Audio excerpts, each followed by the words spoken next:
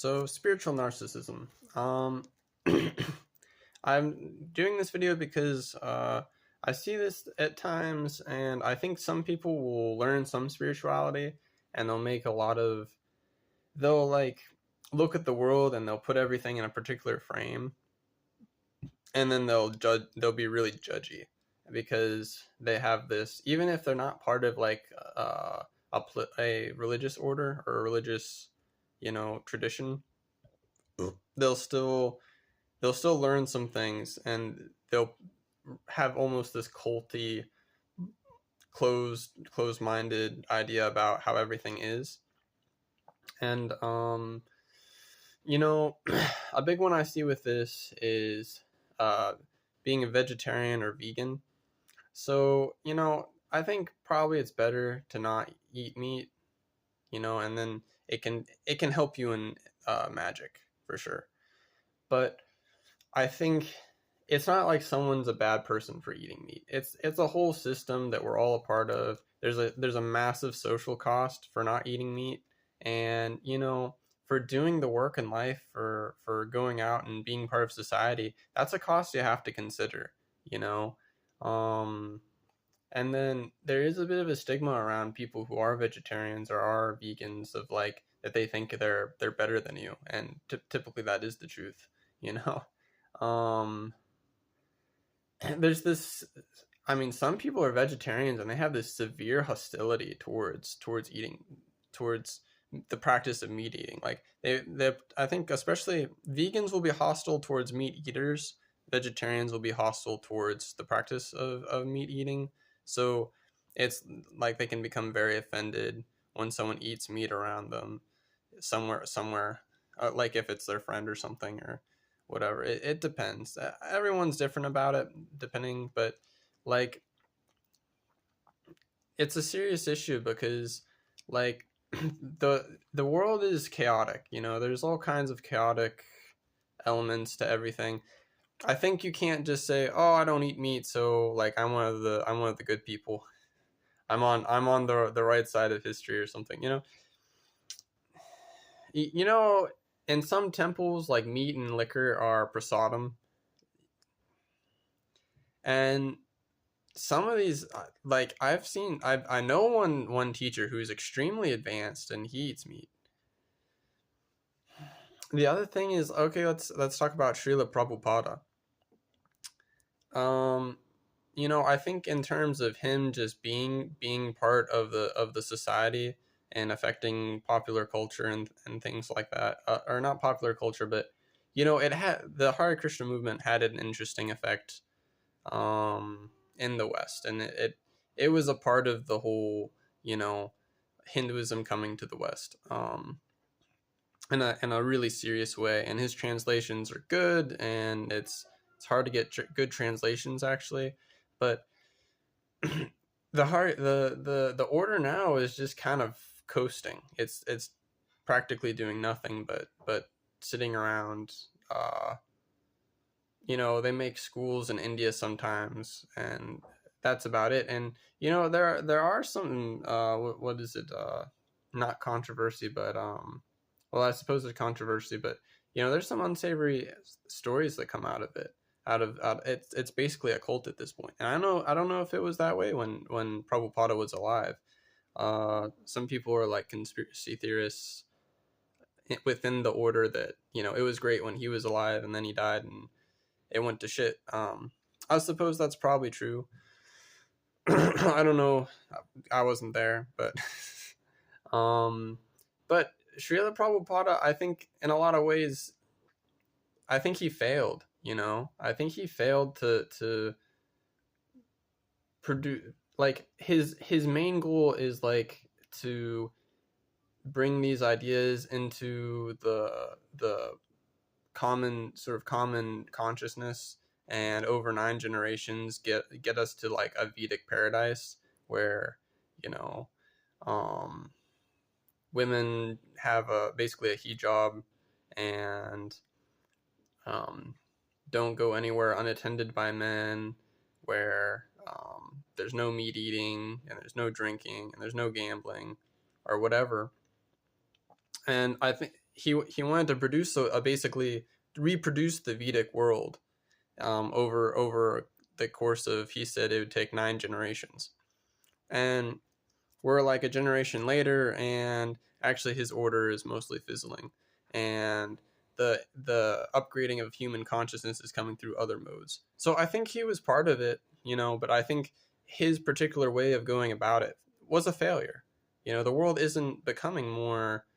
um isn't becoming more Hinduistic in that sense. I think overall a lot of like the intrinsic things are pushing forward. I think vegetarianism is becoming more popular, and things like that. And I think a lot of these more like, let's say, high vibrational, uh I don't like using that term. A lot of these things that have the potential to upgrade the world are becoming more popular. Kriya Yoga is suddenly really, really popular with like self-help people, and a lot of people know these things from different traditions. Um, but I would say that Prabhupada did fail. So, and that's just one teacher, but I think that there's a lot of other stories like this where a teacher had a very particular like idea about how the upgrade of humanity would come, and I think this is sort of a lesson for us, or at least for me, it's been a lesson of like the the world is a chaotic place. You know, you think it's A, but it's B. You think it's B, but it's C, and you can't really just get into the right mindset and be able to grab onto it forever. Like you have to be tapped into the zeitgeist. You have to be um, able to sense the movements of what the world is becoming, and or which way it's going, things like that. And I think that dogma's out. And I think this is because of the Luciferian aeon, talked about by different people on the left hand path, which sort of explains why we're in such an information age. It's like we're informing each other constantly and trying to make things better. I think that's great. I think it has created a situation where no particular system has good chances um, of making such a good uh, upgrade within itself. I think everything is like people have to upgrade themselves, and then piece by piece things get a bit better. I think a lot of the changes in society towards the better have to be extremely gradual for this reason. Um, you know, so I think this is what the spiritual narcissism misses, is that a lot of people will they'll do a little bit. They'll see some guy produce a Rudraksha bead out of thin air, and then they'll be like, "Oh, this is it. This is it. This something's happening. Something's real." Oh, being really basically superstitious about it, and it's just pure delusion. I mean, if you're becoming angry and defending something like out of some kind of like getting frustrated and feeling like you need to defend an idea, a lot of times that's just delusion. Like if an idea can't defend itself or isn't so to some extent self-evident, I mean, delusional people aren't going to believe the right thing anyway. So I think it's more spiritual to be laid back and to watch things and to just let things be as they are.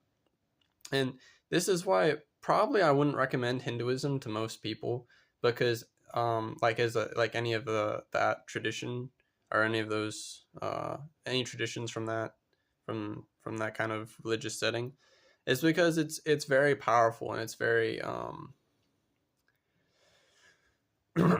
yeah, I've seen a lot of people blow themselves up with it. Like they're chanting and chanting and chanting, and then they have some big magical experience and they just can't handle it. They go insane, or they have these really dramatic changes of fortune in life, or you know, it depends. I think I've heard good results with people that like people will get the Hare Krishna books, but they won't take it that seriously, but their lives will still get better. And that makes some sense to me, as like I can imagine why that would be, because a lot of these things are powerful enough. If they can enter your consciousness, they'll work on their own. But if you try and be like seeing the world completely within the structure, it can be incredibly damaging. Um, and like I've talked about that I use Hinduism as a filter because, but like I knew a ton about mythology and the occult before I ever came into Hinduism. Like I was more interested in Thelema originally, and I just couldn't get my head around it, or like a lot of things in Kabbalah. So Hinduism really helped me work up my consciousness, or really my logic, into understanding Kabbalah and Thelema and things of that nature, and understanding like why I should, you know, or having some comfort with a lot of these practices. Like I did Tantra before I did ceremonial magic, and it was a very neat transition because they're similar. Um, but see, that's what I'm saying is like spirituality is a journey, and if you go a few steps on the journey and then you're like, I know it, I know the things, I'm a spiritual person, and some of these, it's easy to get to a point where you have this encyclopedic knowledge of spiritual things, and it's worthless. It's completely worthless. you know um like I have that, but I don't sit on it. You need the knowledge, but I'll even explain it with the elements. A lot of people will get into air energy. So everyone within them has the four elements. If you're very much in the mind and the mental, you're in air energy, or like in the tarot cards, it's swords. And people will be in air energy, and they're just thinking and thinking and thinking, and I wouldn't even call it overthinking. It's this really ineffective thing where they've got this whole system they've thought of. They have this very detailed thing in their mind, and but somehow it can't manifest because it's all air. That's what it is. It's air. It's the air element. And so they don't do earth. They don't do things. Um they don't have the fire to balance it out. They don't, or even water. And that becomes a huge problem. And a lot of people get stuck in air energy. I think a lot of people, like, at some point you need to experiment with the ideas you learn, because otherwise you won't figure it out. You won't figure it out. If you don't do the mantras and uh try and really put some energy into meditation to gain some experience. It's not about like awesome experiences. It's about, there's some kind of like upgrading process through it. If you don't will towards that, if you don't try processes, you know it's at some point the knowledge is just that. It's just knowledge. It's fun facts. But people take this stuff seriously and are become bullies about it. And it's this is why I think a lot of Hinduism is actually kind of harmful in the West, like if it comes over in a pure form. So I think it's actually better when people are like, I've changed my opinion on this since the past. I think it's a little bit better when people are like, oh, I went to this place, I learned this thing, and they take a piece they liked. There's danger to that too. There's severe danger, I think. So like you almost can't win, right? Like you need the knowledge, but you can't get attached to the knowledge. But so you can't win hardly. No, you win if you have the correct will in the situation. You win if your intentions were pure, and if your energy body is strong enough to take on the practice, to handle the energy brought in by the practices you're actually doing. You know, you can cause yourself severe issues, even physical yoga, like just exercise. Like I mentioned in a previous video, I basically dislocated my shoulder doing yoga. Like I think that's a good picture of a lot of these magical practices, how damaging they can be if you don't know what you're doing. And this is another problem with some of the spiritual narcissism, some of the spiritual like delusion of people thinking that they sort of know everything, is that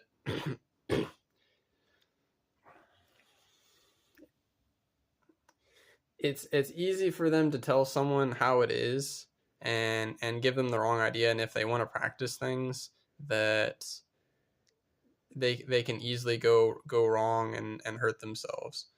or I think people who are like into that spiritual narcissism more than that will kind of try and dissuade people from experimenting, which is also bad. You should experiment a little bit, you know. You shouldn't you shouldn't go doing like advanced tantra stuff if you don't know a whole lot. Probably if you do any tantra, you want like a guru.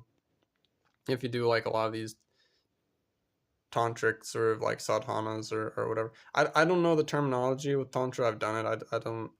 I don't like, I'm not a I got, by the time I got to tantra, I was in the mode of more trying things, and I kind of stopped being a nerd about how it all works, which was a little bit harmful, you know. Like there's still things I'm piecing together about why things went a certain way in tantra in my practice, and there's things that probably have yet to really like manifest because of it. Probably in a few years I'll be reading something on Hindu Stack Exchange or something and be like, oh, that's why that happened, you know. Or something will just happen someday, and it'll take me another few years to realize that it was caused by something I did, you know, a year ago now. Like, you know,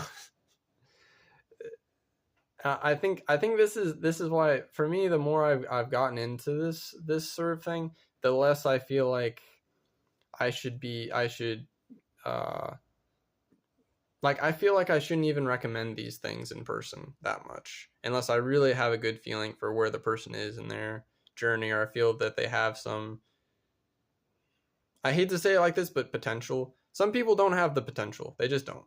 You know, some people are not in the headspace to interact with these things and get a good result. They're just not, you know. Some people have the proclivity for magic. Some people have a long, long journey to go on before they should probably even practice like basic stuff. So, um, you know, I think this is why a lot of times in the past, like the almost like the lodge system was good, because in a way people could develop themselves and learn magic without really having to know a whole lot, without their energy body having to be used to it, because they're connected to the master of the lodge or the cult, or the coven or whatever, um, and so they can use magic and they can see results, but they're connected to someone who, if their energy becomes too taxed, they have someone who has the information to be able to help them, and also the energy bodies are connected between witches or lodge members in a group. So you see, if you're doing things alone, it's a lot more dangerous. It's far more dangerous. So, um, yeah, I would say if you're doing things alone, if you start to feel tired, but it's not a normal kind of tired, you feel sort of tired, and it almost takes this astral sense to feel you're tired. You should stop and see if you can see what you can do about that, but stop all advanced work because you can get hurt. And I would say don't make any agreements with like demons unless you really know what you're doing and you really know like the whole thing, kind of thing. Um, I refuse to make agreements for the most part because I feel like I'm probably not going to be able to keep them when it comes to agreements with demons. You know, depending on I suppose fate or realizing my own true will type thing. So yeah, I think a big solve actually for spiritual narcissism is true will. And I think if people don't know their true will, they're very likely to fall into spiritual narcissism because they don't have like a meaning. There's no meaning in their life actually. If you don't know your true will, you really don't know your true, um, yeah, you're literally your true will for life. You're lost actually, even if you're really not. But usually, if you're not feeling lost, it's because without knowing it, you're kind of doing something related to your true will. But and true wills, I would say, is the same as dharma or like do, or like all these different things in different cultures. And I think actually understanding true will is also more advanced than in a way than dharma. Well, I want to say it's dharma gets interpreted so many ways because dharma is women wearing hijabs basically in India. That's dharmic, right? So Dharma is kind of a loaded thing, and like it means a ton of different things. It mean it means people doing their true will. Like Vritrasura was doing something that was according to his dharma when he stole the waters of the universe. But then like um it's also dharmic to like wash your hands at certain times and bathe 3 times a day and etc. Et so I don't like the term dharma at this point because especially if you're talking to someone who's into Hinduism, dharma is very much a particular traditional set of practices. I don't believe Hinduism was supposed to be that way. I think, but I mean, I think when I talk to Indians from India, who are Hindu, in some way, shape, or form, yeah, it's particular. They're particular about it.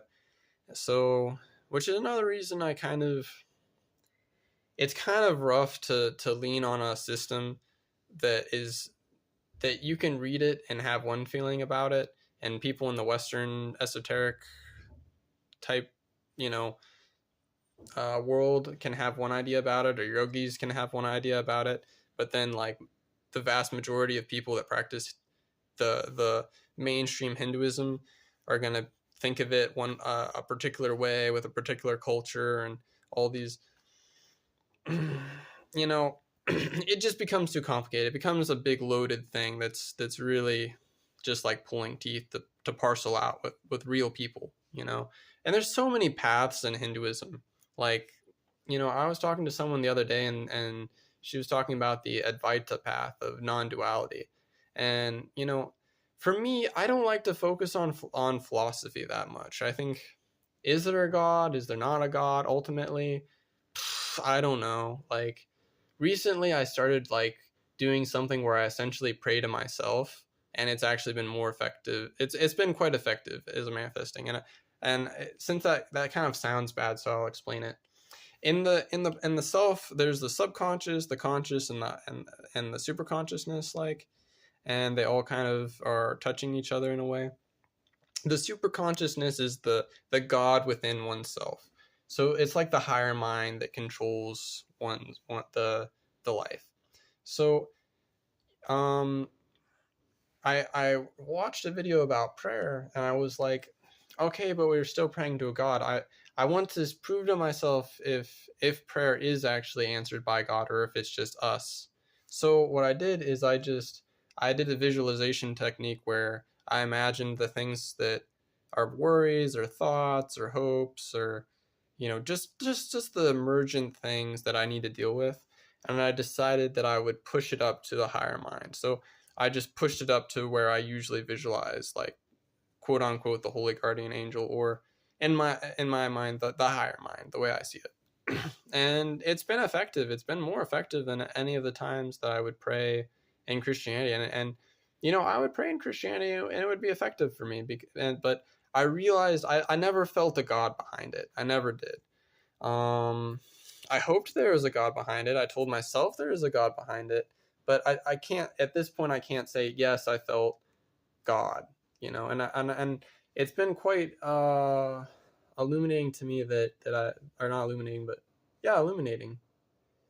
It's been quite a change that I've started using this process of offloading a lot of the mental work to the higher mind, and it's brought me results, like in actual. It's been a little bit of a cleaner, more straightforward way to manifest, and yeah, I think. So to me, this is some more evidence, some more experimental type evidence, that tells me that, okay, if there is a God, he's really not listening and like answering people's prayers or whatever. And I haven't thought that for a long time, but I don't know. It's interesting to sort of, in a way, circle back, because I used to pray, but now I'm praying, but I'm not actually praying. I'm doing this visualization, and the effect is very similar and way more powerful. See what I'm saying? If I had been, this is one of my other beefs with spiritual narcissism, is that at one point I wanted to figure out what was ultimate, what was the thing, how does it all work, what's the proper system, which religion is true, blah blah blah. I was really worried about that when I started the journey, right? And now I'm doing this bullshit that has no basis in anything old practically, that I know of.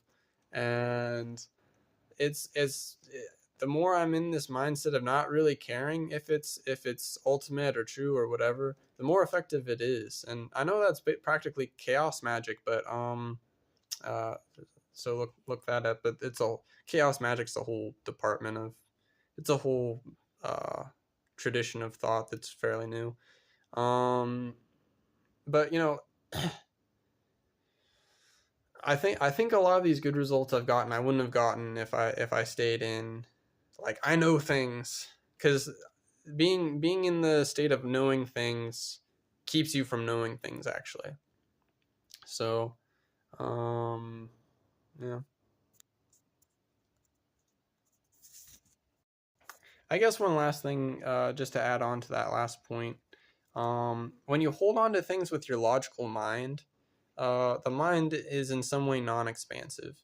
It's not really it's not it's as if by being in this logical mind, you're not allowing like certain energies to pass, so it can actually be a huge roadblock to you manifesting more information or more experiences, and just sort of that process that creates growth. um, and then you just sort of stagnate, and I think that stagnation maybe even causes some of the problems that come with sort of the spiritual narcissism, where one thing that I've heard of is like people that are very sure of things, they'll have these huge high octane spiritual experiences, and then they'll fall down into sort of negativity, like, or they'll not negativity, but it'll just be too much for them and they'll be overwhelmed. So um, but yeah, so staying sort of trying to conquer the logical mind and bypass it is huge. And a lot of people believe that that's what magic does, that magic bypasses the logical mind that's keeping non-logical processes in the mind from working, and then that's sort of the secret sauce of quote unquote magic. I'm not sure if that's true. That kind of makes it sound like everything's a placebo effect, but I think it's at least partially, I think it's partially true. So